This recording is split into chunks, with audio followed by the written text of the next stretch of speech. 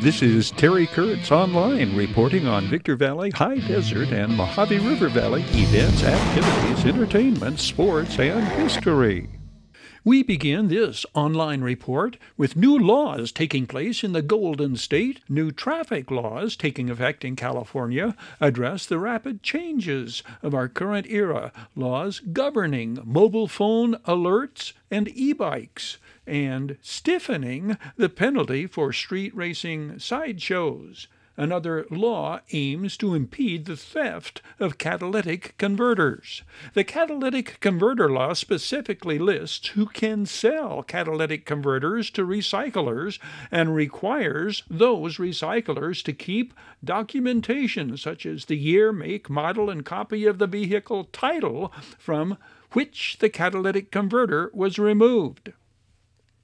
Drivers involved in sideshow activity, exhibition of speed, or speeding over 100 miles per hour, which result in a fatality, could now be charged with vehicular manslaughter with gross negligence.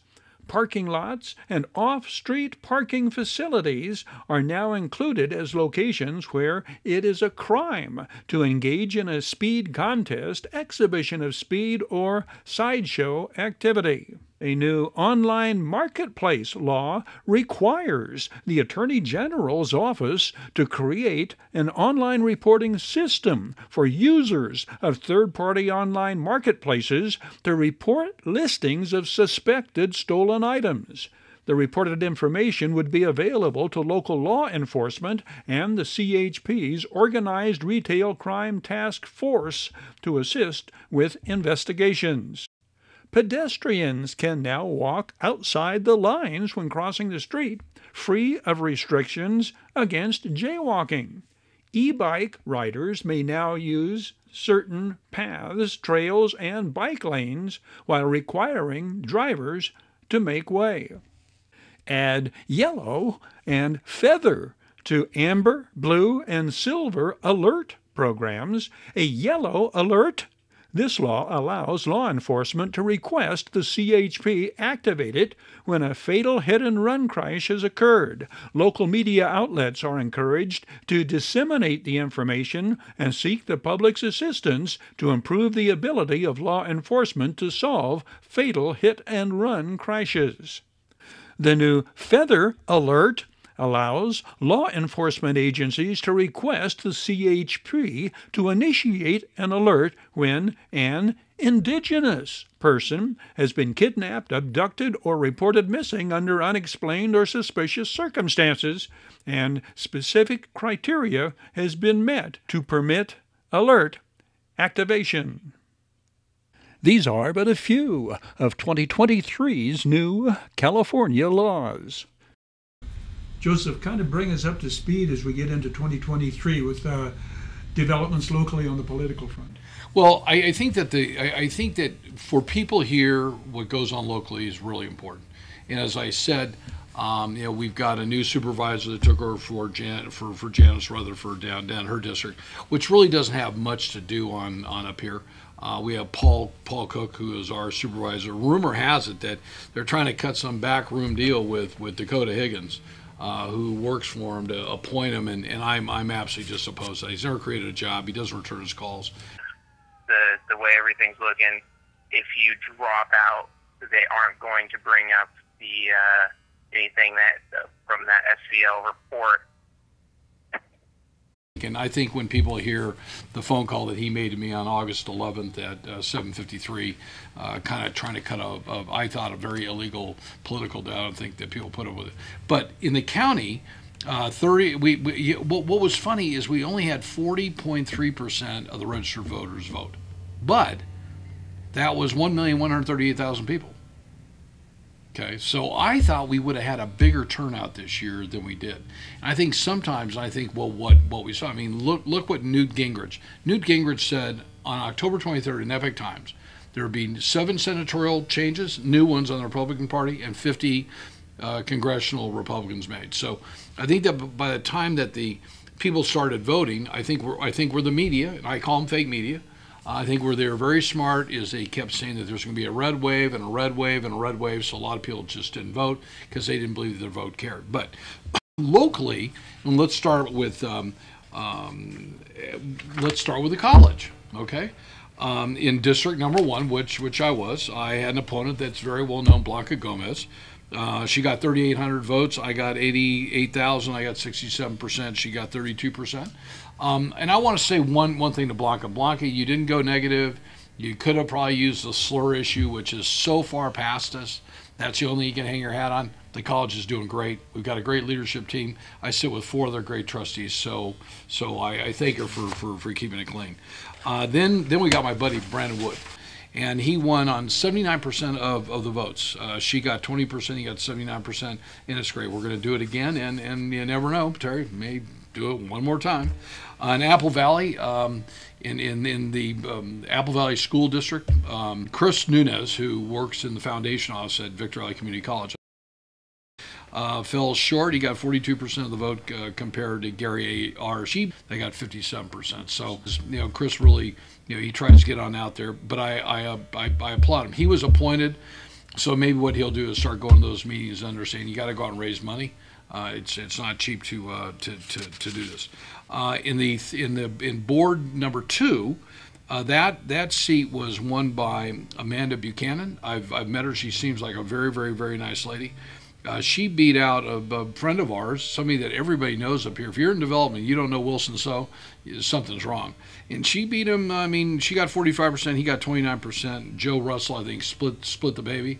Don't call Wilson out. I mean, Wilson's not over. He might have some sights on some other stuff, and I told him that if he decides to run, I'll help him. I was surprised out in Barstow, the Barstow Unified School District in area number 4, that Aaron Heldreth. So the Heldreth name is a big name out in Barstow, and so is the Rosenberg name. Aaron handily beat Ben Rosenberg, who is one of the owners of Barstow Station, real handily, 70% to 29%. So kind of sad. In District number 5, Michael Watson beat Latrina Wallace. Hesperia School District. I don't think there are any big surprises. Christine Steen in area 2-1. In area 3, we had Eric Swanson. Eric's been I mean, really, really, really known. I did appreciate the video that you had done for all of us. And then in area number 5, that was kind of a close race. Mark D.U.N. Dunn got 43% compared to James Blocker. I mean, it was really tight. I mean, literally within 90 votes. So it tells you in that district there was a spoiler, Anna Gang. She got 50%. So had she not run, it would have been a different deal.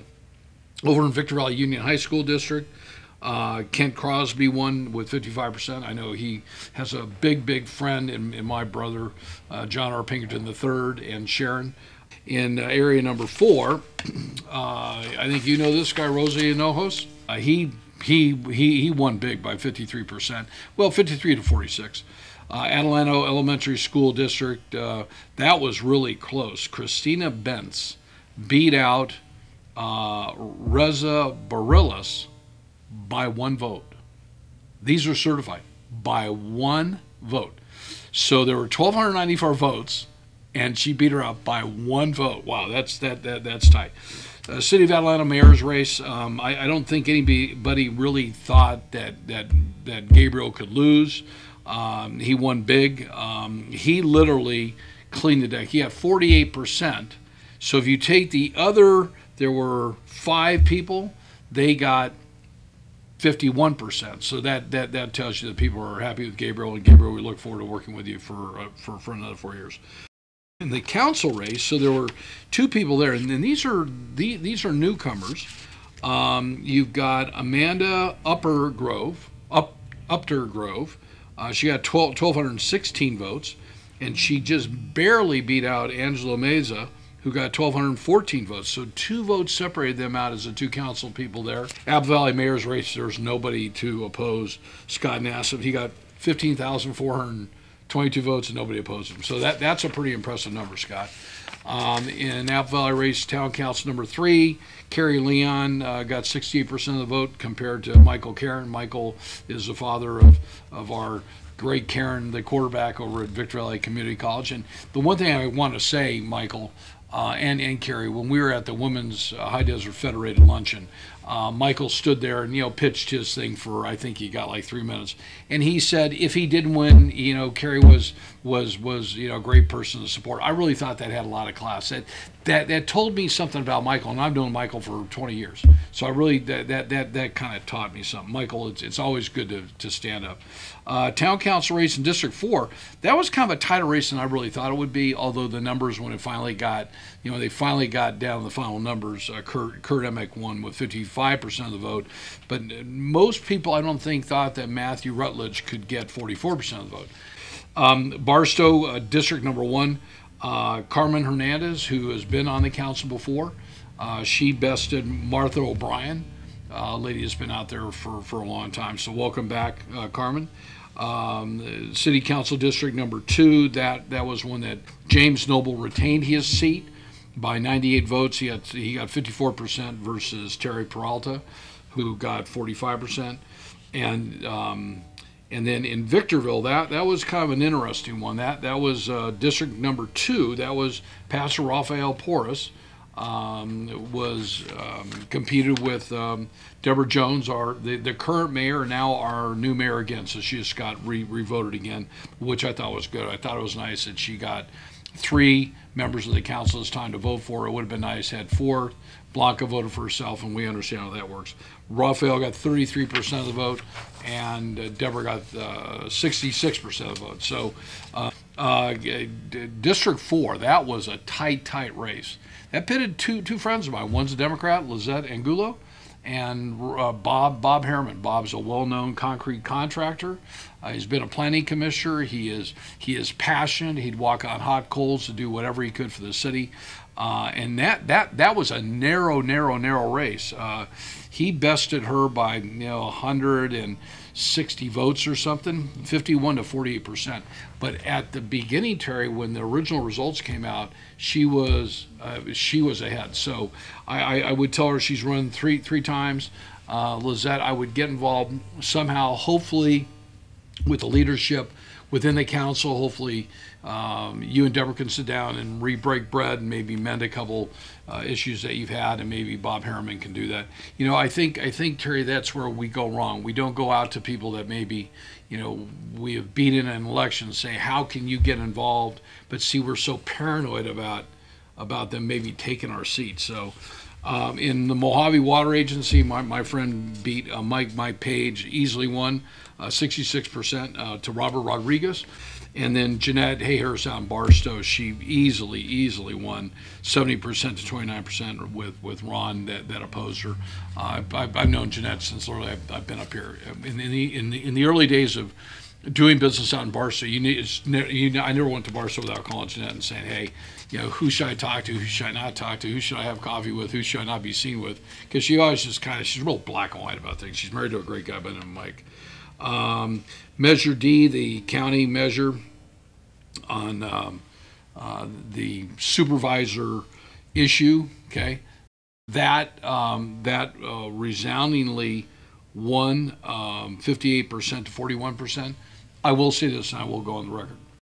I feel that this was a deceptive measure. I think that the wording behind it was very deceptive. I know what the prior proposition in 2020 was all about. I think that was called Measure K. And while I didn't totally agree with a 1-year term and 4 years and $60,000, I thought that was a little bit too tight. And I think that there could have been some work to get there.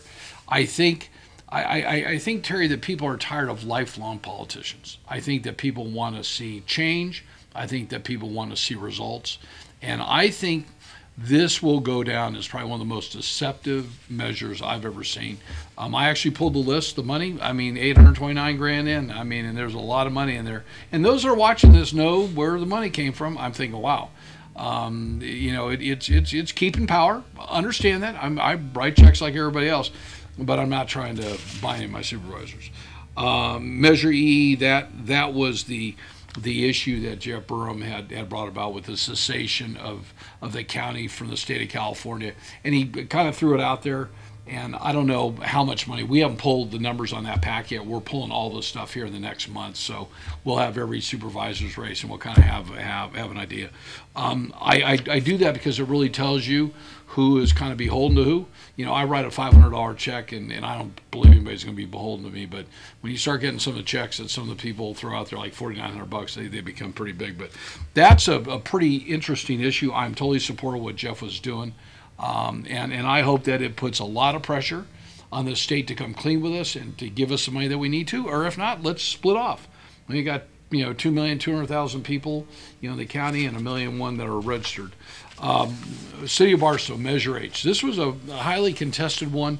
It was really, I think, intended to be sure that the mayor never ran as the mayor again, that district became a district. So right now, Dr. Paul A. Courtney is the mayor.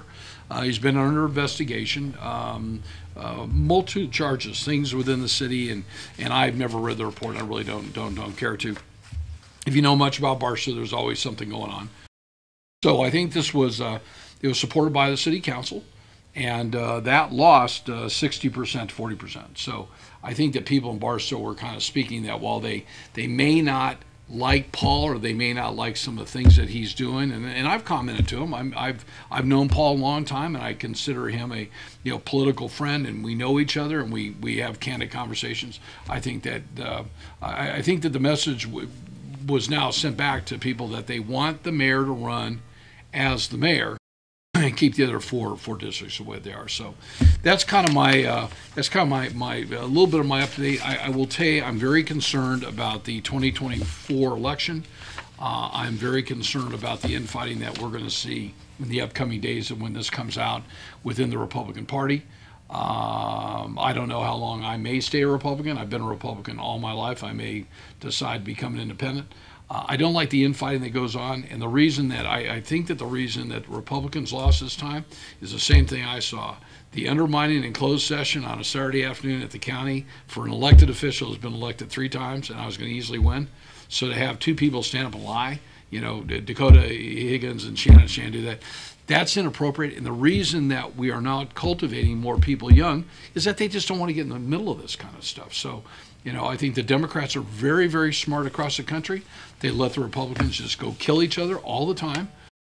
And then after we end up picking up one of us to run in the finals, there's just not enough energy or enough steam. So I would ask everybody in 2023 and 2024, let's start working together. I'm going to see if I can be a part of a change to see that the GOP down at the county changes. I don't believe that Phil Cothran should be the leader anymore, and I've known Phil for 29 years. I tried to reach out to him early on. His staff has been told not to return my calls or my emails.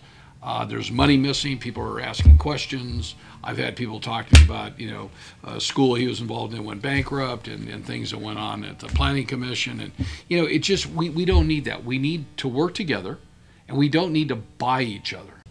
Joseph W., as we start out a new year, it's always good to hear encouraging news in terms of development and economics. What can you tell us? Well, Terry, in Victorville, the Green Tree Bridge over the railroad will be open by May 1st. Skanska's had a couple of little delays. That's going to be, I think, a game changer. Victor Valley Community College, we're well under construction for the education conference center. Just had an update with John Nolan at our board meeting last week. Exciting. I mean, just exciting. They found some dirt they had to kind of over excavate and take care of. But what they're doing is great. We've got more state money coming in for additional maintenance. So when people get frustrated at maintenance at any school, forget Victor Valley College, but I think that every student should go to a school that looks like a Marriott or is maintained like a Disneyland. That money comes from a state in a separate fund. And we're lucky this year that we're getting some more, and John's really gone out. He's got a bunch of projects going to be bid. It is really important to the Board of Trustees as well as to me that it looks good. Just had lunch with John, with John O'Haney down there at Silverwood. They are moving full speed ahead. When you have a master plan community that is 9,600 acres and 15,600 homes, and your processing plans as fast as you can through the city of Hesperia, a great city who's never processed plans. For a master plan community, things are gonna move a little slow, and they're working really well. He has just he loves working with the city. Can we go back out? We can go back anytime you want. So yeah. I snuck out there a couple weeks ago. The bridge, you remember where they're going to build the bridge? Yeah. That's out to bid right now. They hope to start sometime probably in March. They've got a number allocated. So let's just say they've got a number at $4.4 million allocated. But with global supply, steel, concrete prices, concrete is continuing to come down. John watches the cement numbers every day. He's hoping that they'll be able to award that probably by February or March. So that bridge is it's a $4 million bridge, no matter what you wanted to say. They've been interviewing the home builders. They probably will have 6 or 8. The model complex has been moved back by 3 months, and very smartly. They've made some changes on some of the production and the architectural requirements. We sat down and he kind of told me by phase and what they require with the builders and how the lots will be finished. And so they've got 1,987 that they'll fully grade. They'll have probably 600 that they'll be finished. Then they'll deliver them to the builders less with one cap of asphalt that has to be done. So they literally deliver to the builders finished lots. So it's up to the builder to build. And the names we went through are this is a game changer. So that's good. Getting back in the Cajon Pass, Sully Miller keeps working on I-15 and the widening and moving lanes over. I think it's cost them a little bit of time. That project's not going to be over until 2025. So we're now in 2023. So they got a long way to go, but it's 9.9 miles down from really Oak Hills Road to Bear Valley in the back. So my friend Vince Bomberito is involved in that, and I think they're doing everything they can. I know that there's no way to widen that and to do the work they've got to do. So they'll take out all the asphalt, the base, put down new base, put down new asphalt, and then on top of that's going to be concrete. So the stretch from Oak Hill Road to Bear Valley Road will be a 50-year road. So Brightline continues to move forward with the speed train. We've gotten a couple calls from contractors kind of sniffing around. I think that decision will be made between the end of first quarter and second quarter, so we're really monitoring that. I've got to reach out and talk to Greta and Ben soon. They're a great deal with it, and that's a game changer. And I think now that the City of Rancho Cucamonga, I think, has approved the EIR that they had to do, I think that they've come to an agreement with the San Bernardino County Transportation Authority and Ray Wolf and his group on acquiring some property next to the Milliken Metrolink station that they're going to acquire to do an expansion. That's already been done. That they picked a place in Hesperia will be right there at 395 and I-15. So if you know where the Pilot truck stop is, Pilot Travel Center, I'm proud to have done that deal. Right across the street, that's Joshua, where 395 comes like this and I-15, it comes together. Caltrans owns a piece right there. And that's where the parking's going to be for that. So we just saw a flip. So when Richard Branson was involved early on and the project was purchased out on I-15, they bought the 264 acres for $10 million. They just retraded that internally within an organization that ends with Express West, and they sold that piece for $27 million. So I think the money's real. I really think is a game changer. So you've got that. You've got SCLA. You drive on out there, you see buildings under construction. You got some building spec. J Dick and CBRE are doing a great job with Dar Longo and those guys. You've got Kim and Tyson. Kim Snyder is the president of the Western Division of Prologis, and Tyson Chaves. You can feel it out there. I mean, as you drive through, you can really feel what's going to go on. There's going to be a new Holiday Inn Express. It's going to be on Air Expressway in Atlanta. That's going to be good. There's apparently a grocery store coming to Atlanta, which is a top name, more of a Hispanic flavor. That's good. Then you get into just what's going on in Victorville. I mean, we've got the new retailers coming in. You've got in Apple Valley. You've got the Sprouts coming in with Raising Cane's. I-15, Apple Valley is still growing and putting money out there. And then I think the last, Terry, is what's going on in Barstow. So Barstow's going to get its day. So I know that everybody's kind of wondered why Barstow had a population, according to Terry Caldwell, the 8-time mayor of Victorville back in 1956, the year I was born, the year he played football against Felix Diaz, God bless Felix, where they had 25,000 people and they only have 23,000 people today. That town is not only going to double in size, but I expect more than double in size in probably the next 20 years. So with BNSF's announcement, and most people don't necessarily see this in the daily press. So while I don't necessarily see there's much good coverage in the daily press anymore or good content in the daily press anymore, and you can't get any articles in there, the one thing I do have to applaud the daily press, well, they collect the money, is this great ad that's coming out with Burlington Northern Santa Fe. And I think that what they say here is a new gateway to prosperity. For nearly 150 years, BNSF Railway has partnered with California's high desert community.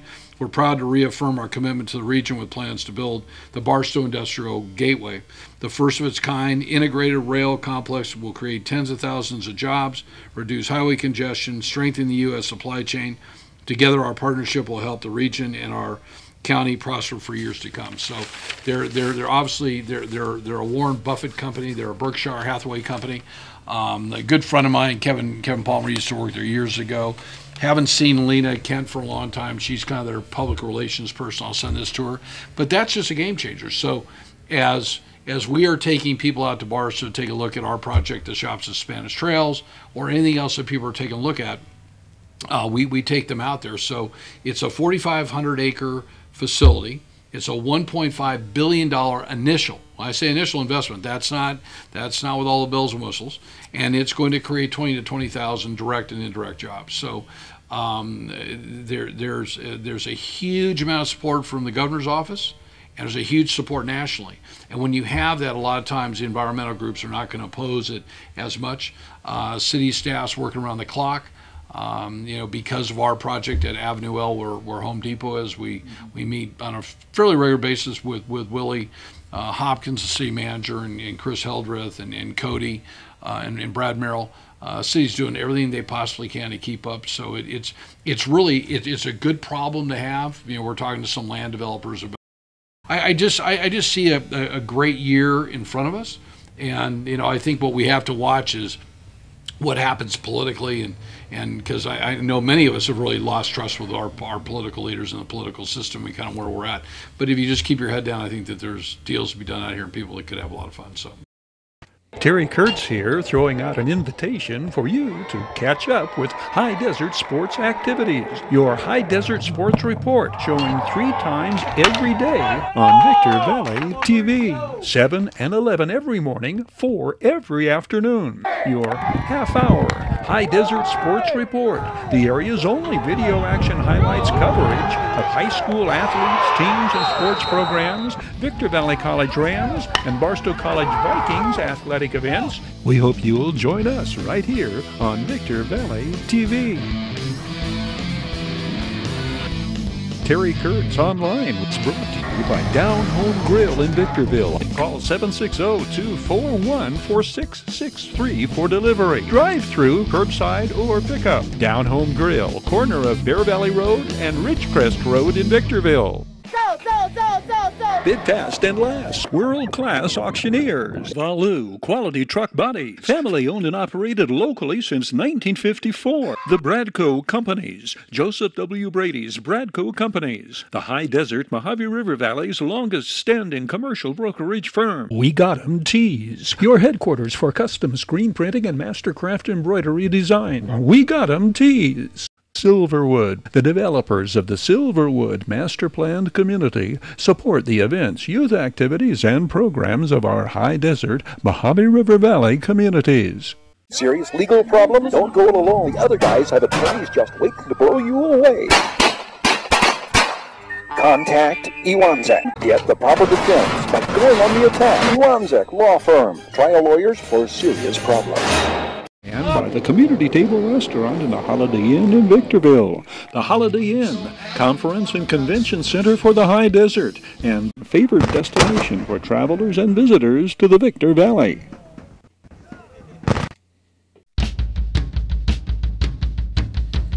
That's a wrap on this edition of Terry Kurtz Online. On behalf of Victor Valley Television Productions, thank you for watching. We hope to see you again next time around.